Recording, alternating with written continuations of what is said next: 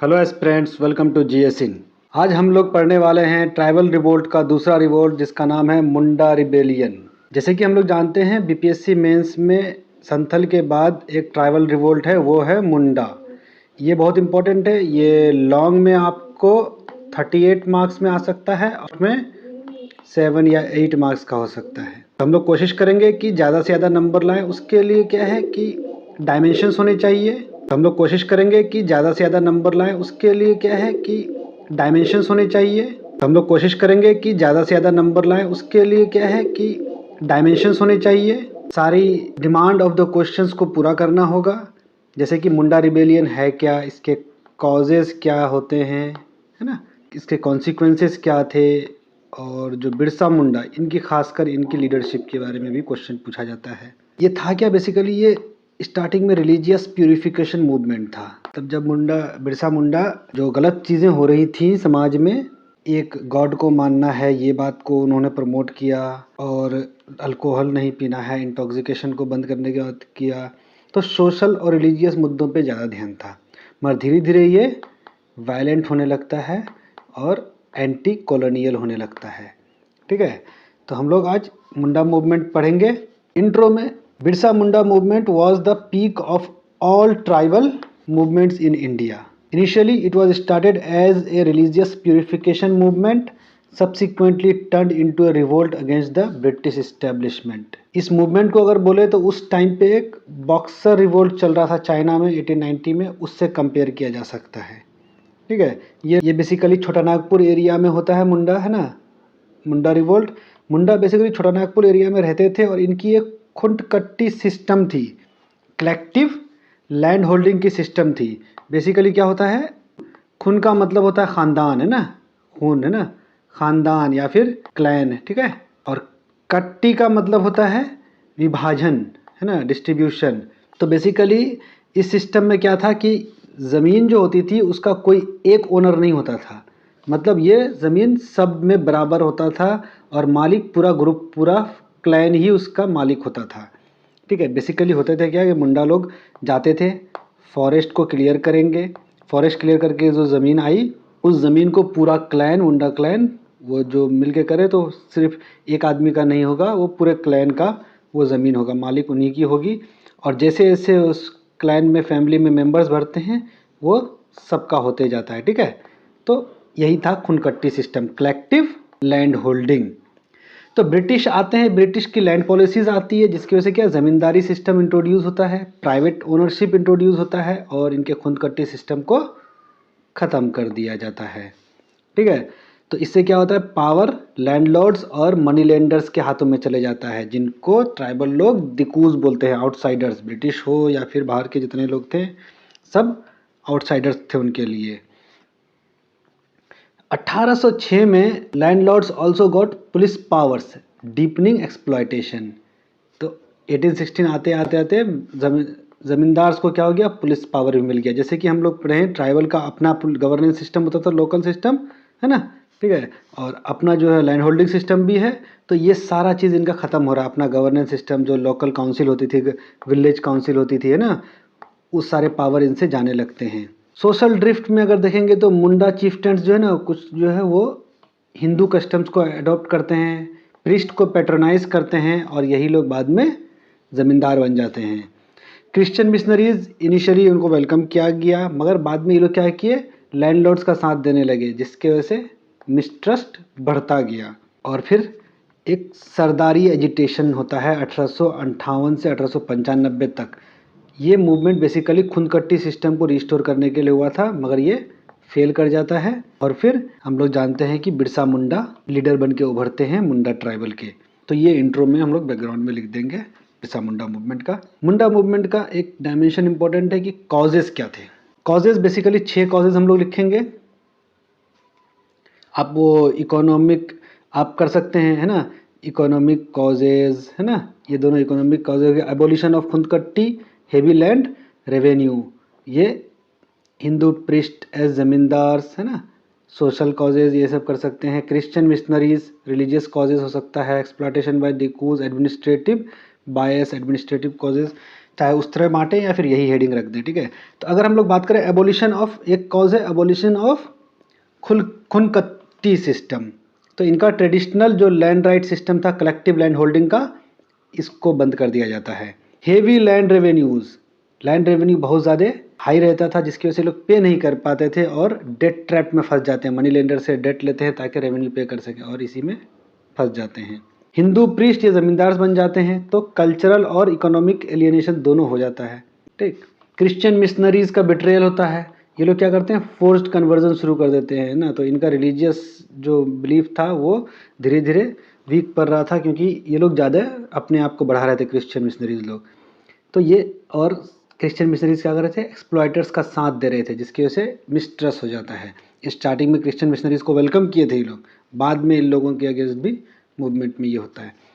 Exploitation bye डिकू, जितने भी outsiders हैं आपके, landlords, money lenders, contractors, police, सब ने मिल करके इनको एक्सप्लॉयट किया अपने मतलब के लिए।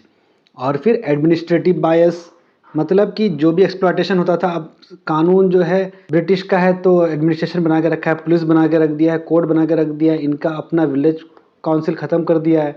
तो जब लोगों को प्रॉब्लम होता था तो जाते थे इनके पास, कोर्ट के पास, पुलिस के पास। मगर क्या कर रहे थे ये लोग, ट्राइबल्स की बात सुनने के बजाय ये लोग लैंडलॉर्ड्स का साथ दे रहे थे, उनको शील्ड कर रहे थे। लैंडलॉर्ड्स की एक्सप्लॉयटेशन जो कर रहे थे उसको वो साथ दे रहे थे, डिनाइड जस्टिस। तो the mix of economic operation plus cultural intrusion created the powder cake. मतलब ये दोनों, इकोनॉमिक ऑपरेशन और कल्चरल इंट्रूजन की वजह से मुंडा ट्राइबल्स के अंदर में आक्रोश आता है और ये लोग रिवोल्ट कर देते हैं। बिरसा मुंडा की बात करें अगर, तो इनकी लीडरशिप में क्या है, सबसे पहले 15 नवंबर 1875 में ये उलीहाटू रांची में पैदा हुए थे। आपको पता है इसी दिन ट्राइबल डे मनाते हैं ना, बिरसा डे 15 नवंबर। अर्ली स्कूलिंग, ये Chaibasa mission Christian missionary school में ये लोग, इन्होंने अपनी एजुकेशन ली। मगर बाद में मिशनरीज़ का हिपोक्रेसी इनको समझ में आया, जब इनको कन्वर्जन करने के लिए बोला गया और बिरसा मुंडा ने कन्वर्जन करने से मना कर दिया, तो उनको स्कूल से निकाल दिया गया। और बिरसा मुंडा फिर अपने ट्राइबल के लोगों के लिए, उनकी उत्थान के लिए आगे बढ़ते हैं और एक टाइम में वो डिक्लेयर करते हैं कि वो सिंगबोंगा के मैसेंजर हैं, मैसेंजर ऑफ सिंगबोंगा, भगवान है ना, God. Refuse religion with rebellion, sorry, infuse religion with rebellion, और रिलीजन को रिबेलियन के साथ इन्फ्यूज़ कर दिया, और इससे बिरसा मुंडा ने मुंडा रिबेलियन का आगमन किया था। वो 3 स्टैंड्स ऑफ लीडरशिप, इन्होंने 3 लीडरशिप क्वालिटी दिखाया अपने इसमें।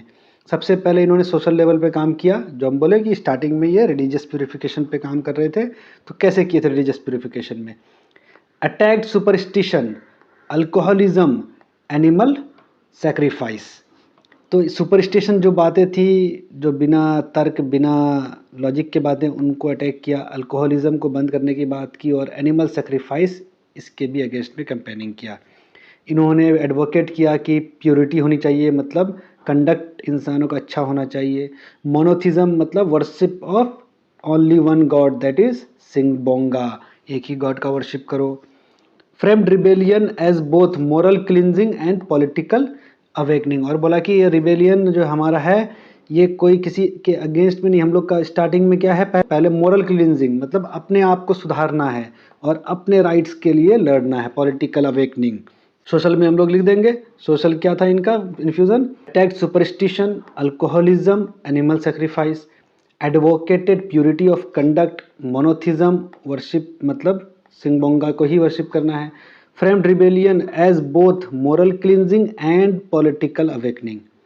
दूसरा बिरसा मुंडा की बात करें तो इन्होंने पॉलिटिकली ये काम किया है ना, मास मीटिंग ऑर्गेनाइज किए थे और मास पूरे पब्लिक का, ट्राइबल लोगों का कॉन्फिडेंस बिल्डअप किया था। 1895 आते आते 6000 मुंडाज ऑर्गेनाइज हो चुके थे मुंडा के लीडरशिप के under. Called for rejection of British authority and creation of Munda Raj, और इन्होंने मिलकर के एक हल्ला बोला कि ब्रिटिश अथॉरिटी को ख़त्म करना है और हमें अपना मुंडा राज, अपना गोल्डन एज जो था, जो मुंडा लोगों का राज होगा, वो शुरू करेंगे। और इकोनॉमिक लेवल पे इन्होंने किया, non payment of rent payment करने से मना कर दिया है ना, नॉन बोलते हैं ना, non cooperation civil disobedience movement, ये मुंडा के टाइम पे भी हो रखा था। डिनाउंस्ड लैंडलॉर्ड्स, जितने लैंडलॉर्ड्स थे उनको सपोर्ट करने से मना कर दिया, उनकी अथॉरिटी को मानने से मना कर दिया। मनी लेंडर्स, मिशनरी, सबको इन लोगों ने भगाना शुरू किया कि आप लोग हमारे एरिया से जाइए। तो हम बिरसा मुंडा का लीडरशिप के बारे में बोलेंगे अगर, तो स्टार्टिंग उनका अर्ली लाइफ बताएंगे। 15 नवंबर को पैदा हुआ था।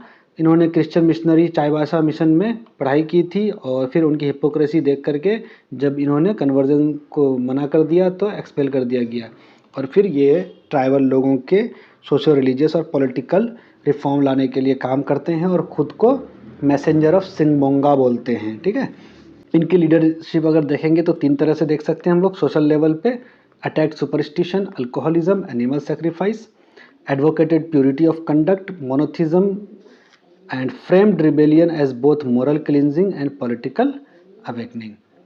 और पॉलिटिकल लेवल पे बोलेंगे तो 6000 मुंडास को ऑर्गेनाइज किया और called for rejection of British authority and creation of Munda राज।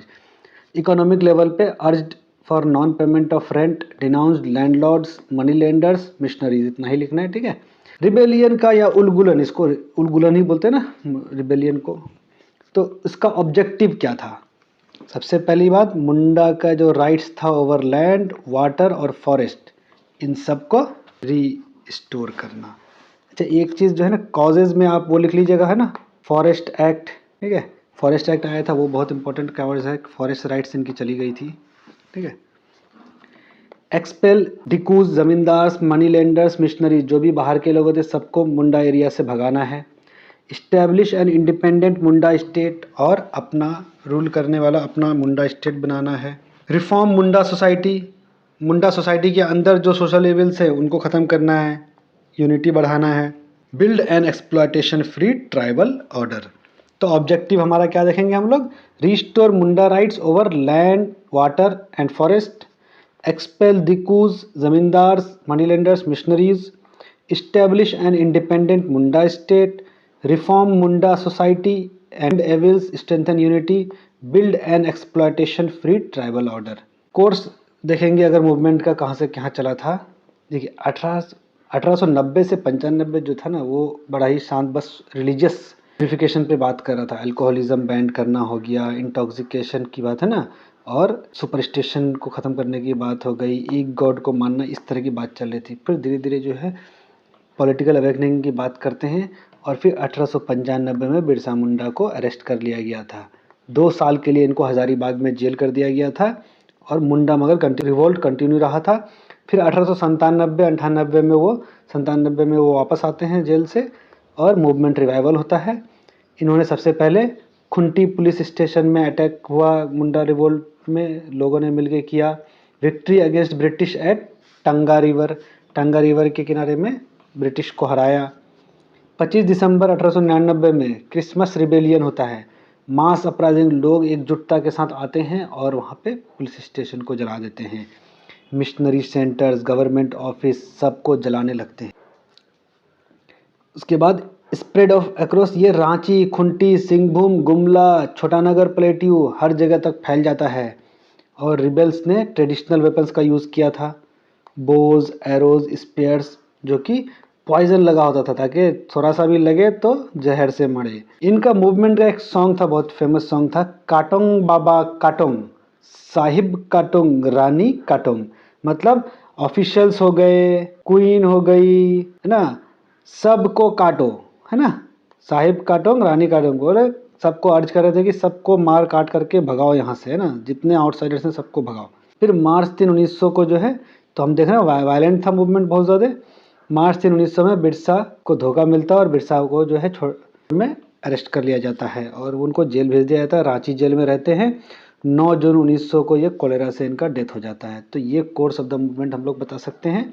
ठीक है, एक डायमेंशन हमारा है nature of the movement. Movement का नेचर क्या था? सबसे पहले लोकल, इसका नेचर लोकल था और ऑर्गेनाइज्ड था। मतलब कि छोटा नागपुर एरिया में ही मेनली उसी के आसपास सेंटर्ड था और बहुत ज़्यादा डिसिप्लिन के साथ सब लोगों ने अपना रिवोल्ट में अपना हिस्सेदारी किया था। दूसरा सोशल और रिलीजियस नेचर का था। बेसिकली सोशल एविल्स जो थे, इंटॉक्सिकेशन वाला या सुपरस्टिशन वाला, उसको ख़त्म करने का। और रिलीजियस में क्या था कि एक गॉड को मानने के लिए प्रमोट कर रहे थे बिरसा मुंडा जी।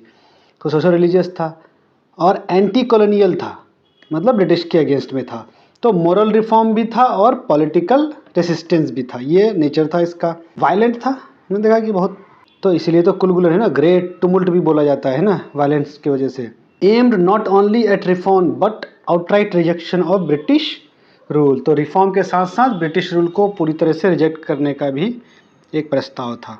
तो नेचर में हम लोग लिख लेंगे लोकल बट ऑर्गेनाइज्ड, डिसिप्लिन था अच्छा से, socio religious plus anti colonial था, reform infused with political resistance, violent mass uprising था, और aimed not only at reform but outright rejection of British rule.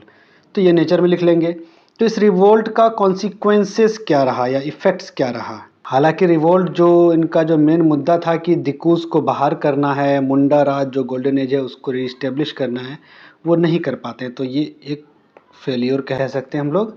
Couldn't expel dikus और इस्टेब्लिश मुंडा राज, मगर बहुत सारे रिफॉर्म भी होते हैं, जैसे इसकी वजह से क्या होता है, कॉलोनियल एडमिनिस्ट्रेशन को धक्का लगता है और ये लोग बहुत सारी चीज़ चेंज लेके आते हैं जिनके वजह से रिफॉर्म्स आते हैं। जैसे 1903 में खुनकट्टी सिस्टम को पार्शियली रिस्टोर कर दिया गया, इनका collective land holding system Khuntkatti system को रीस्टैब्लिश किया गया।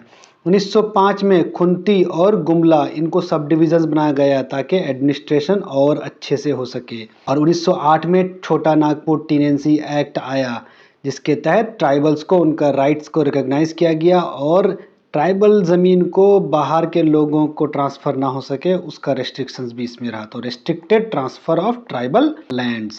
और एक बोलेंगे तो एक लीगेसी बनाया, बिरसा मुंडा जो है एक फोक हीरो बन गए, ट्राइबल असर्शन का सिंबल बन चुके थे, एंटी कॉलोनियल स्ट्रगल का सिंबल बन चुके थे। और उसके बाद भी जो है बिरसा मुंडा और मुंडा रिवोल्ट का ये रहा कि 15 नवंबर 2000 को झारखंड एज ए अलग स्टेट बना ताकि झारखंड का बेटर डेवलपमेंट हो सके। को कॉन्सिक्वेंसेज में हम लिखेंगे फेल्यूर है ना, कुडंट एक्सपेल डिकूज और इस्टेब्लिश मुंडा राज, इम्पैक्ट शुक कॉलोनियल एडमिनिस्ट्रेशन, फोर्स रिफॉर्म्स क्या क्या, 1903 में खुनकट्टी सिस्टम को पार्शियली रिस्टोर किया गया, इसमें creation of Khunti and Gumla सब डिविजन्स, 1908 छोटा Nagpur tenancy act and left an enduring legacy. Birsa became a folk hero, symbol of tribal assertion and anti-colonial struggle. Conclusion. So, Munda rebellion under Birsa was not just a peasant outcry, it was a fusion of faith and freedom, rooted in land and culture. Though crushed, it compelled the Raj to concede reforms and immortalised Birsa as Dharti अब्बा।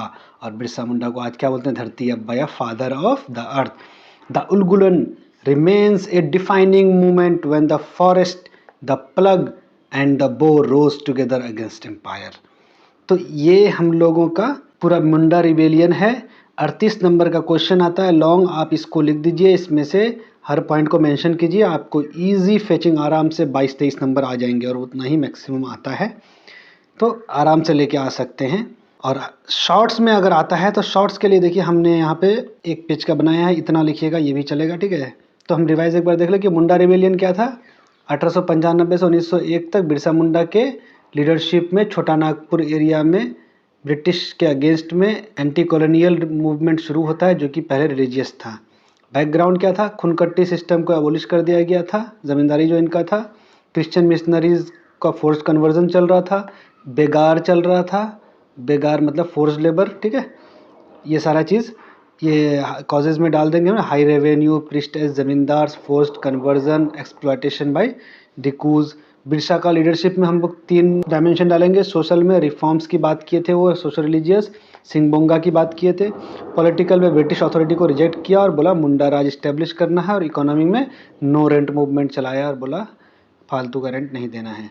Objective क्या था, to restore land, expel Dikus and British Raj and purify the society.